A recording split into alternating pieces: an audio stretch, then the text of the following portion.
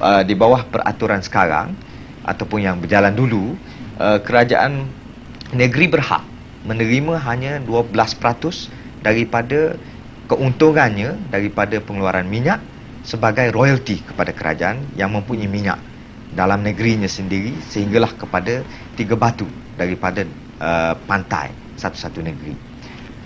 Luar daripada itu, kerajaan pusatlah akan mendapat royalty pula sebanyak 10%, sehinggalah kepada 10 batu. Lebih daripada 10 batu dan seterusnya, kerajaan pusat akan mendapat royalty daripada keuntungan minyak sebanyak 8%. Itu saja yang didapati oleh kerajaan pusat dan kerajaan negeri.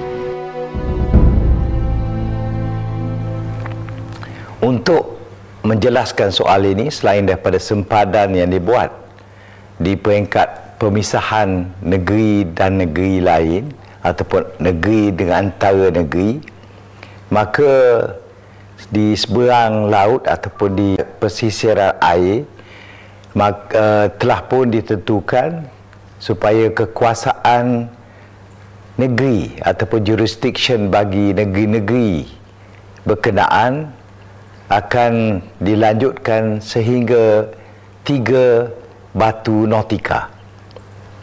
Selebihnya akan dikuasai oleh pihak pusat ataupun kerajaan pusat.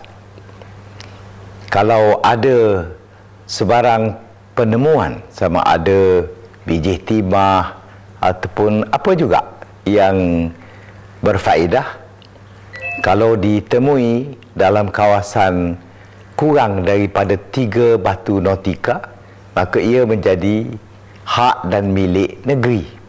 Tetapi kalaulah ditemui di luar 3 batu nautika, ia menjadi hak dan milik kerajaan persekutuan.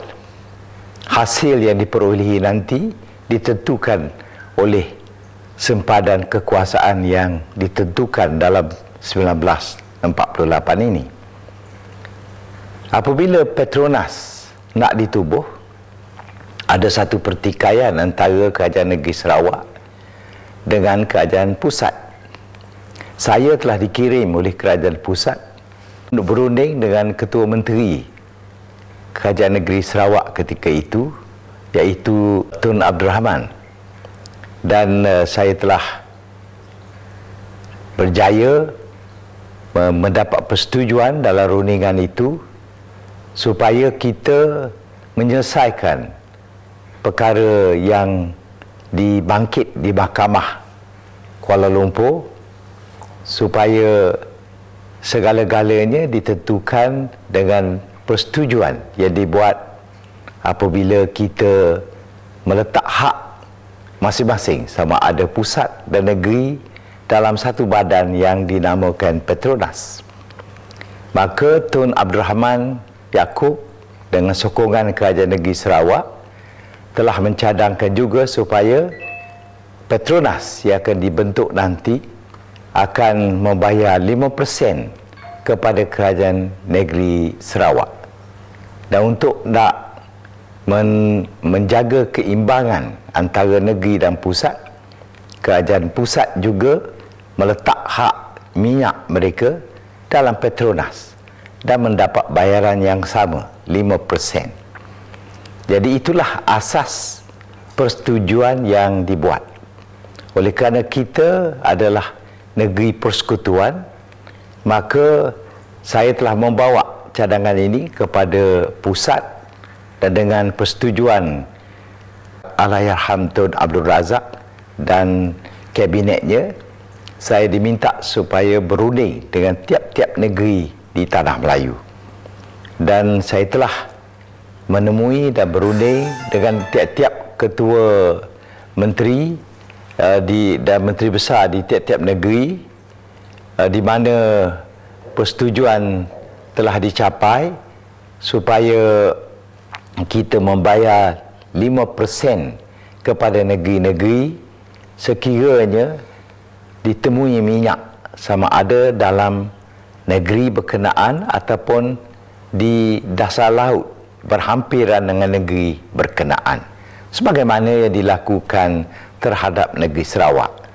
Inilah asas perjanjian yang dibuat ketika itu.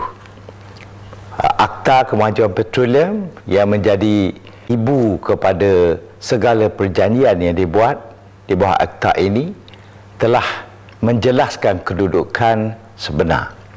Jadi dengan apa yang telah dilakukan, maka Petronas memiliki minyak sama ada yang pernah dimiliki oleh pusat ataupun negeri-negeri apabila Kerajaan Persekutuan telah meletak hak minyak kepada Petronas buat selama-lamanya.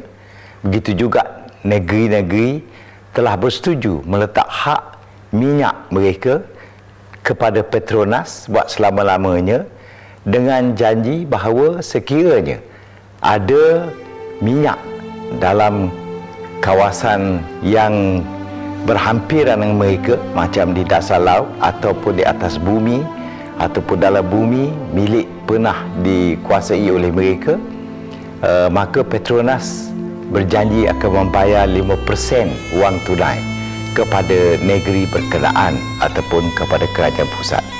Itu saja yang dijanjikan oleh Petronas.